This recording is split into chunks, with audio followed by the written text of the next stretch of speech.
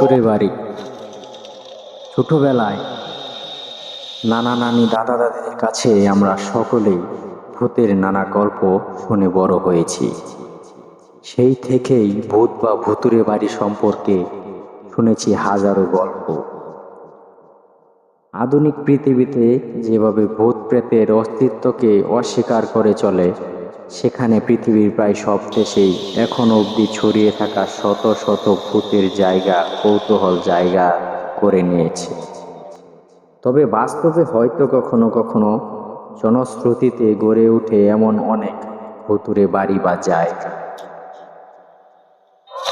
কেন কোনোটিতে থাকে চমকপ্রদ রহস্য, বা এই জায়গাগুলোকে ঘিরে তৈরি হয় ভুতুড়ে ঘটনা। আর এর কোনোটাই যখন শক্ত দলিল প্রমাণ দিয়ে বোঝা যায় না, তখনই জমে ওঠে আসল মজা। এরকমই কিছু ভুতুড়ে জায়গা কিন্তু বাংলাদেশের নানা প্রান্তেও ছড়িয়ে ছিটিয়ে রয়েছে, যা নিয়ে গা ছমছমে ভুতুড়ে গল্পও রয়েছে। আজ জানাচ্ছি সেরকমই একটি ভুতুড়ে বাড়ির সত্য গল্প।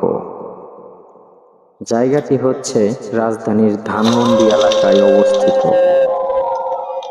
সঙ্গত কারণে বাড়িটির ঠিকানা একটু অজানাই থাক পাঠকদের কাছে।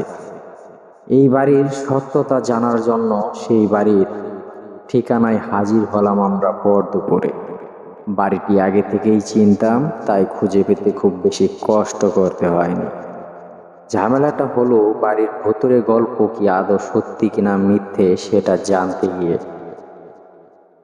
বাড়ির পাশের চায়ের দোকানের মামা থেকে শুরু করে বাড়ির দারোয়ানের প্রতিটি কথাই ছিল রহস্য। আমরা তাদের কথা শুনে প্রসঙ্গ এড়িয়ে যাওয়ার কৌশলে আজ করতে পেরেছি ঘটনাটা আসলেই সত্য। বাড়ির ভাড়াটিয়ার আত্মহত্যা নিয়ে মূল ঘটনা।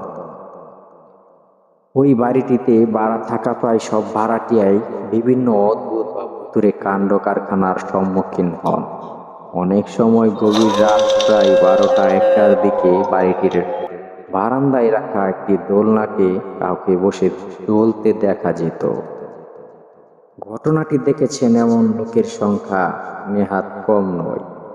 এছাড়াও বাড়ির বেডরুমে অনেক সময় নাকি গভীর রাতে করা হইচই এর আওয়াজ সবাই শুনতে পেত, কিন্তু তৎক্ষণাৎ রুমে গেলে কাউকেই দেখা যেত না।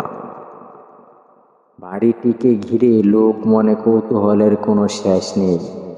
শোনা যায় উক্ত বাড়িতে ভাড়া থাকতো যে ভাড়াটিয়া, তার একটি ছোট মেয়ে, বয়স প্রায় 11 বছর, গলায় ফাঁস দিয়ে নিজ ঘরে আত্মহত্যা করেন।